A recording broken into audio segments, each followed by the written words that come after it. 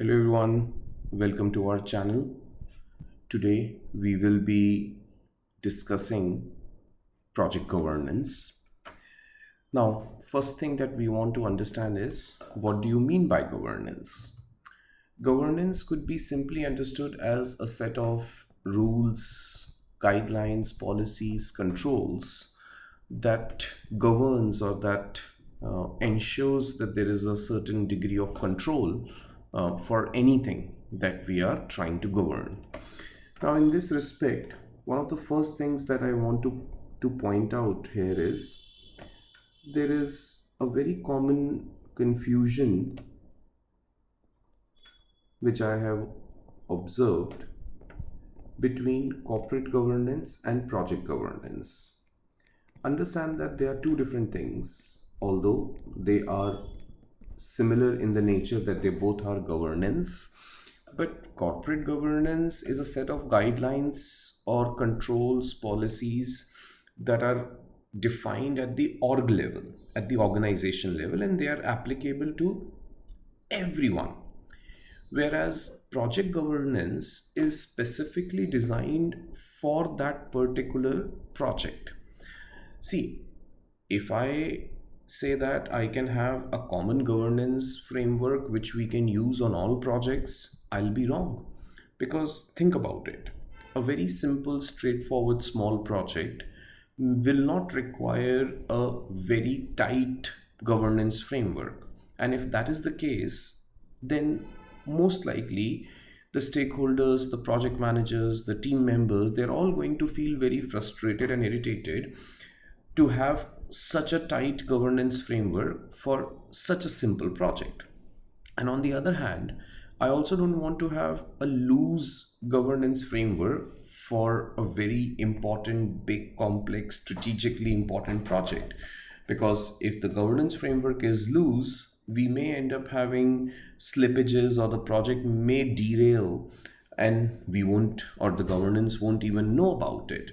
So it is important to make sure that the governance framework for the project is designed to match the complexity, the size, the nature of that given project.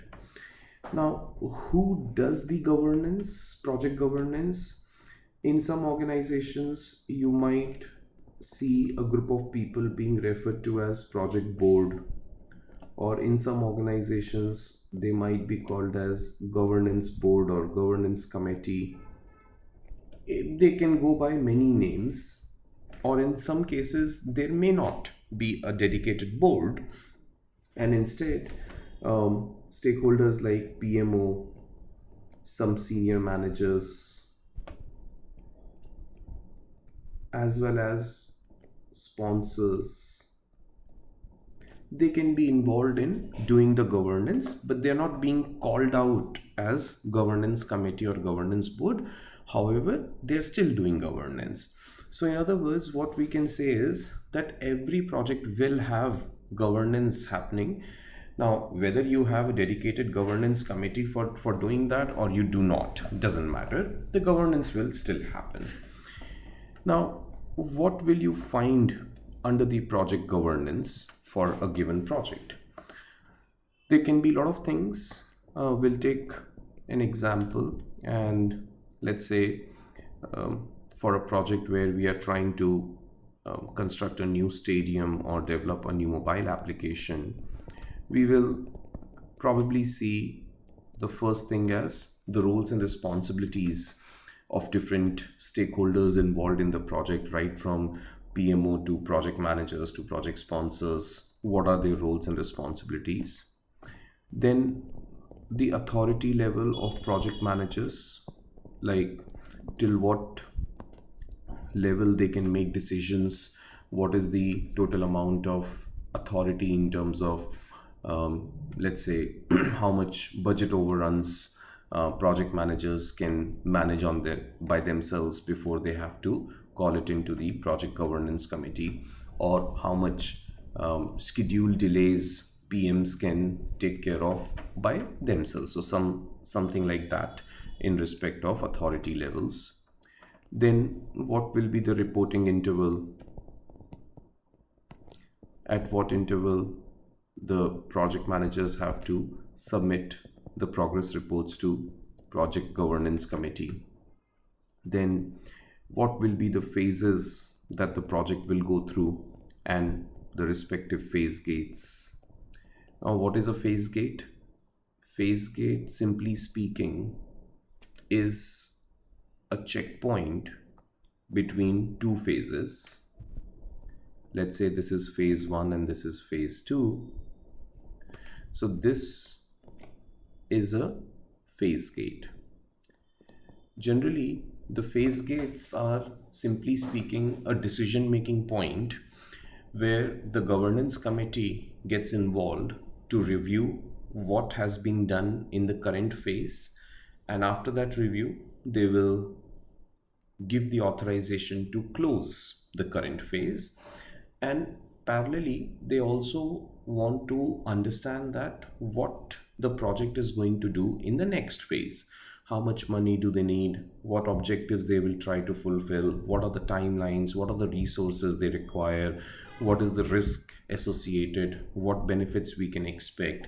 So they will review the plan for the next phase, and if everything is aligned, if they are happy, they will give you the go ahead to start the next phase. If not, they might ask you to tweak, modify, adjust, or even in some rare cases they may ask you to terminate the project because the project may no longer be meeting their expectations, or certain changes may have impacted in such a way that the project is no longer seen valuable.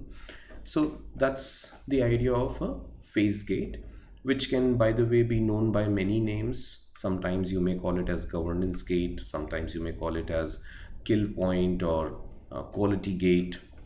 These are just synonyms, but they all have the same, the ceremony, the event remains the same.